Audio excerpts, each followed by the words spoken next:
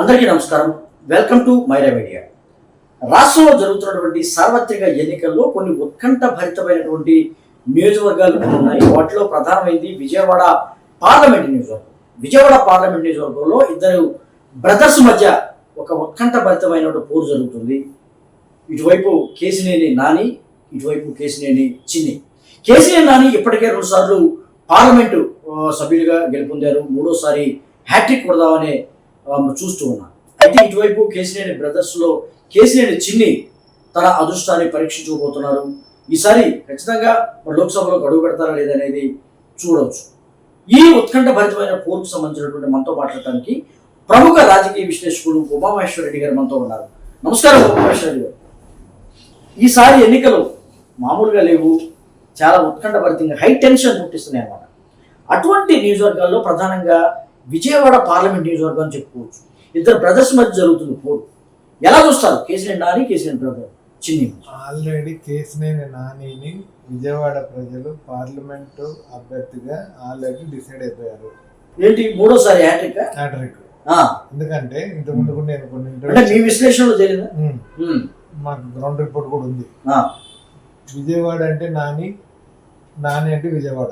ఇంతకుముందు కూడా చెప్పాను మీకు. అవును.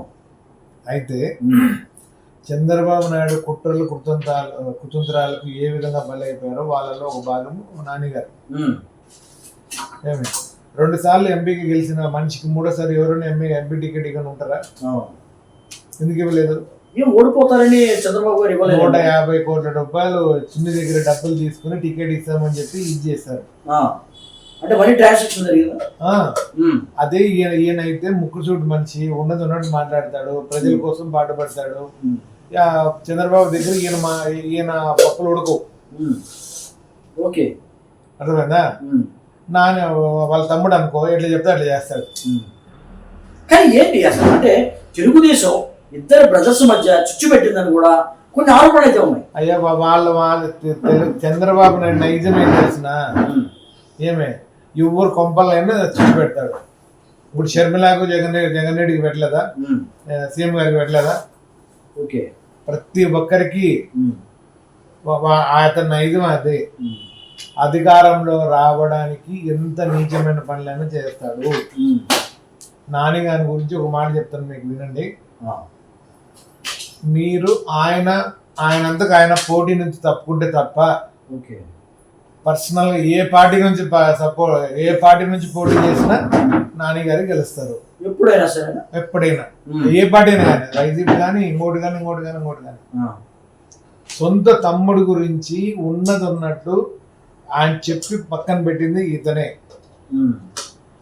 అంటే లాలూచి పళ్ళ చంద్రబాబుతో లోకేష్ లాలూచి పళ్ళ అయినా తమ్ముళ్లాగా 150 కోట్లు 200 కోట్లు డబ్బులు ఇచ్చి లాలూచి పళ్ళ కాబట్టి వాళ్ళు వినలా మాట. అంటే కేవలం డబ్బు కోసమే అంటే చిన్నికి ఇచ్చినట్టు మీరు మరి అదే కదా. 2 సార్లు గెలిచిన ఎంపీకి 3వసారి ఎందుకు ఇయ్యరు కామన్ గా? కానీ మీరు 3 సార్లు అంటే 2 సార్లు గెలిచారు, 3వసారి ఎందుకు ఇవ్వలేదు మీరు ఒక ప్రశ్న వేస్తున్నారు. ఓకే, బాగానే ఉంది. కానీ ఇటీవల ఆ తర్వాత జరిగినటువంటి 2వసారి జరిగిన తర్వాత కేశినేని నాని ఎంపీ ఎవరైతే ఉన్నారో ఆయన చాలా దూరంగా అంటే కొన్ని అంశాల్లో టీడీపీ కానీ చంద్రబాబు నాయుడు కానీ లోకేష్ కానీ దూరం ఏర్పడింది. అభ్యంతరం కొంత దూరం ఎందుకు ఏర్పడింది అంటే ఈయన ముక్కుసూటి మనిషి, ఉన్నది ఉన్నట్టు మాట్లాడతాడు, ఎవరు తప్పు చేసినా అడుగుతాడు. చంద్రబాబు నాయుడు కూడా ప్రశ్నించి అడిగిన చాలా విషయాలలో అవి ఆయనకి నచ్చవు. ఇంకోటి ఏంటంటే వాళ్ళు ఏంటంటే డబ్బులు అంటే టికెట్లు అమ్ముకున్న పార్టీ ఏంటంటే అది టీడీపీ అందరికి తెలిసిన విషయమే. అది సొంత అన్నదమ్ముల మధ్యలో చిచ్చు పెట్టారు. ఇంకొకటి కేశినేని నాని గారికి వాళ్ళ తమ్ముడు అంటే పడదు. అతను చేసిన అడ్డగోలు పనులు, మోసాలు ఈయనకు నచ్చవు. మోసాలు కూడా పాల్పడ్డారు ఆయన బాగా. ఈయన కేశినేని బ్రాండ్ పెట్టుకొని హైదరాబాద్ లో రియల్ ఎస్టేట్ కానీ విజయవాడ కానీ చేయని పాపాలంటూ లేవు. ఓపెన్ గా ఈయన పక్కన పెట్టేశాడు. అంటే మా తమ్ముడైనా కూడా దొంగే, మోసగాడే, తాళమని దాంట్లో ఈవెన్ బ్రోతల పనులు కూడా చేశాడు. సొంత అన్న ఎవరని చెప్పుకుంటారు అన్నమాట. ఎంతైనా తమ్ముని వెనకేసుకుంటారు. ఆయన నీతి నిజాయితీ పరుడు కాబట్టి ఉన్నది ఉన్నట్టు చెప్పాడు. కానీ మా తమ్ముడు ఈ పరంభోగ పనులు చేశాడు, ఇట్లాంటి పనులు చేశాడు, అందుకే నేను పక్కన పెట్టాను. కానీ ఉమా గారు మామూలుగా చూసుకుంటే ఏది పార్లమెంటు ఎన్నికల సమయంలో ఖచ్చితంగా కేసీఆర్ నాని వెనక గతంలో పార్లమెంటు ఎన్నికల సమయంలో ఖచ్చితంగా కేసీఆర్ చిన్ని ఉన్నారు, ఆయన వ్యూహాలన్నీ చేశారని కూడా చెప్తూ ఉన్నారు. తప్పుడు మాట్లాడారు అన్ని. అసలు మీకు ఎవరు చెప్పారో మీ అనాలిసిస్ నాకు తెలియదు, కానీ అతన్ని పక్కన పెట్టి 20 సంవత్సరాలు అయింది. 20 సంవత్సరాలు అయింది, 20 years. మరి ఇట్లా ఆయన 2 సార్లు ఎంపీకి గెలిచాడు అంటే 14లో 19లో. అంటే ఏంది, 14కి ముందే అతను పక్కన పెట్టారు రాజకీయాల్లో రాకతోలికి. కానీ వ్యూహకర్తగా వ్యవహరించారు, ఆయన గెలుపులో బాగా పంచుకున్నారని కూడా చెప్తున్నారు, ఆయన చెప్పుకుంటున్నాడు. ఈ టీడీపీ వాళ్ళు వీళ్ళు చేసుకునే పోల్ మేనేజ్మెంట్ లో భాగంగా తప్ప నాని గారికి ఎవ్వరు ఇది అవసరం లేదు. 100% ఆయన మంచితనం ఆయన గెలిపిస్తుంది. నేను ఇప్పుడు వైసీపీలోకి వచ్చాడో ఇంకోటి చెప్పట్లా, ఎక్కడున్నా కూడా ఇండిపెండెంట్ గా పోటీ చేసినా కూడా గెలిచి మన క్యాపబిలిటీ ఉన్న పర్సన్ ఆయన. ఓకే ఉమా గారు, మామూలుగా మనం రాజకీయాల్లో చూస్తూ ఉంటాము, రాజకీయాల్లో ముక్కుసూటిగా వెళ్ళడం అనేది, లేకపోతే స్ట్రైట్ గా మాట్లాడటం, అలాంటి వాళ్ళకి బాధలు ఇప్పుడు జగన్మోహన్ రెడ్డి గారు ఏ విధంగా అయితే బాధలు ఇబ్బంది పడుతున్నారో ఏమే సేమ్ ఈయన కూడా అంతే. విజయవాడ కాన్స్టిట్యున్సీ వరకు ఎత్తుకుంటే ఈయన కూడా అంతే, ముక్కుసూటిగా పోతాడు, ఉన్నది ఉన్నట్టు మాట్లాడితే చేస్తాడు. కాబట్టి వీళ్ళకి ఇబ్బందులు. అది సామెత ఉంది కదా, కాయలున్న చెట్టుకి రాళ్ళ దెబ్బలు అన్నట్టు మంచి చేసేవాడికి బాధలు ఉంటాయి, చెడు చెప్పోళ్ళకి ఏముంటాయి, 100 చెప్పచ్చు 1,00,000 చెప్పచ్చు. అంటే ఎక్కువ కాలం రాజకీయాల్లో నిలవరు ఇటువంటి మంచి ముక్కుసూటి మనుషులు కానీ, లేదా మంచి నిలవరు అనుకుంటారు కానీ స్టాండర్డ్ గా నిలబడేది వీళ్ళే, చరిత్రలు నిలిపేది వీళ్ళే. ఇలాంటి వాళ్ళే, ఇలాంటి మనస్తత్వం ఉన్న వాళ్ళే చరిత్రలు నిలిచిపోతారు. ఇప్పుడు మీరు విజయవాడ చరిత్రలో గుర్తుపెట్టుకోండి, కేసీఆర్ నాని అనే పేరు లేకుండా అసలు విజయవాడ గురించి మన పిల్లలు కానీ పిల్లలు కానీ పలానా నాని పలానా కేసీఆర్ నాని అది చేశాడు అని అనుకోకపోతే అడగండి. కానీ అంటే ఆ విజయవాడలో అడుగడుగున అభివృద్ధి నాని చేశారని కూడా చెప్తూ ఉంటారు. మామూలుగా ఇది మామూలు సహజం జరిగేది.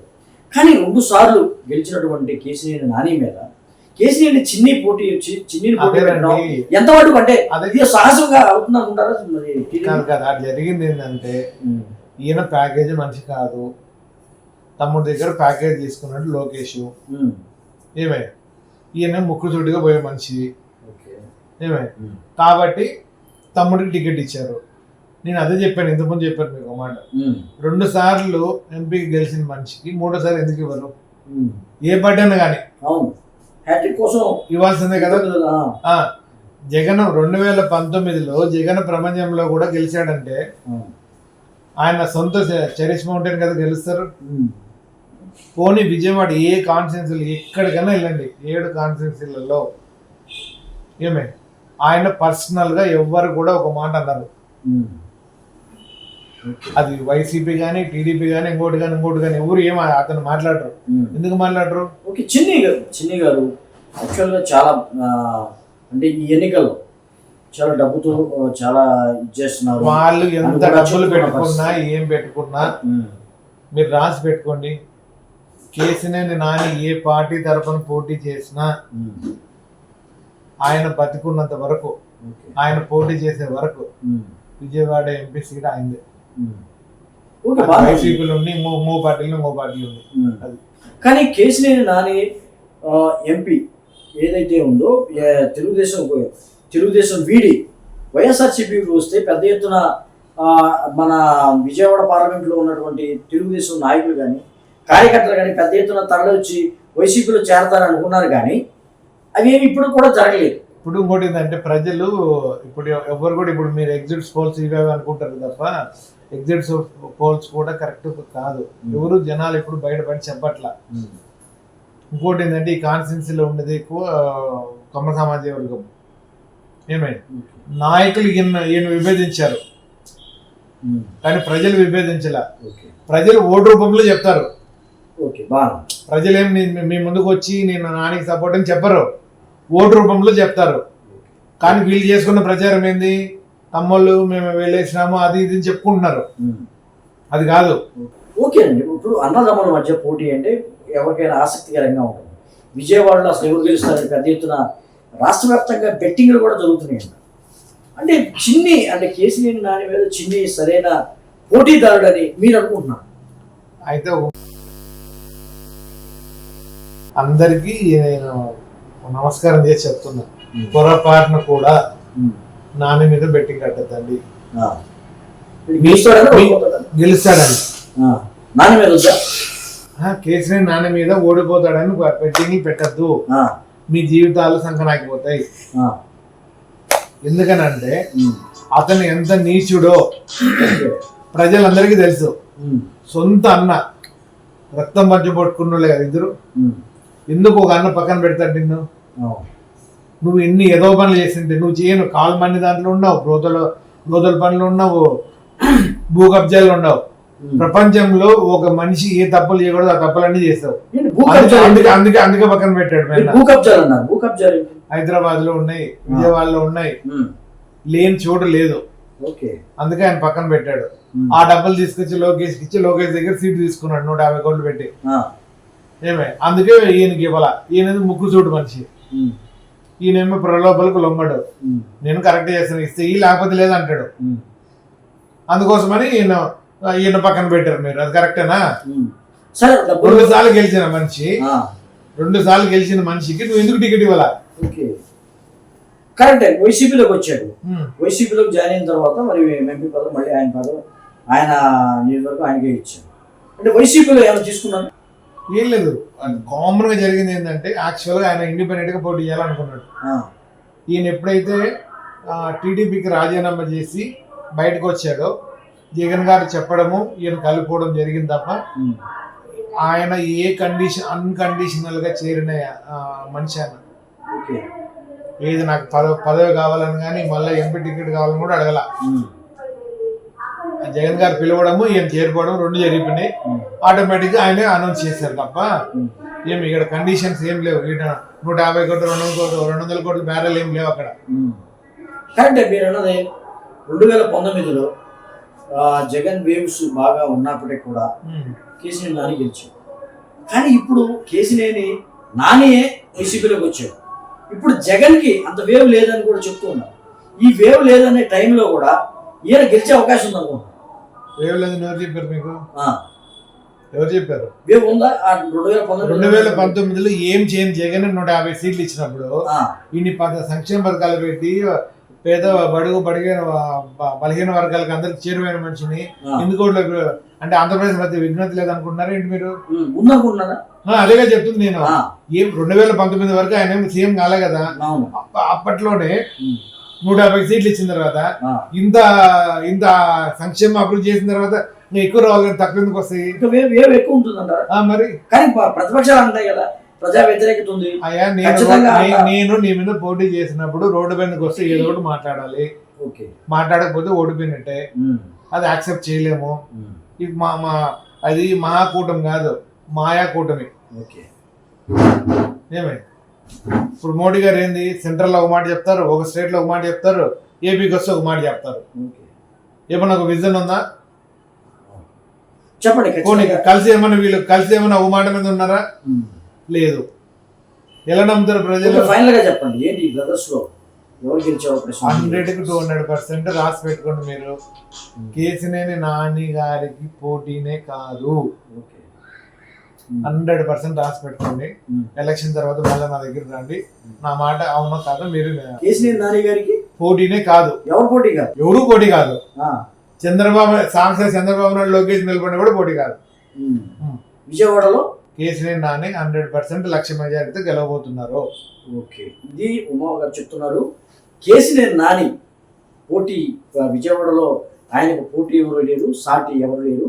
అంతేకాకుండా ఒకవేళ టీడీపీ నుంచి చంద్రబాబు కానీ లోకేష్ వచ్చినా కానీ ఆయన గెలిచే అవకాశం లేదు. లక్ష మెజారిటీతో కేసీఆర్ నాని విజయ డంకా మోగించబోతున్నారని కూడా మరి విశ్లేషకులు ఉమా మహేశ్వర రెడ్డి గారు చెప్తున్న పరిస్థితి. నమస్కారం.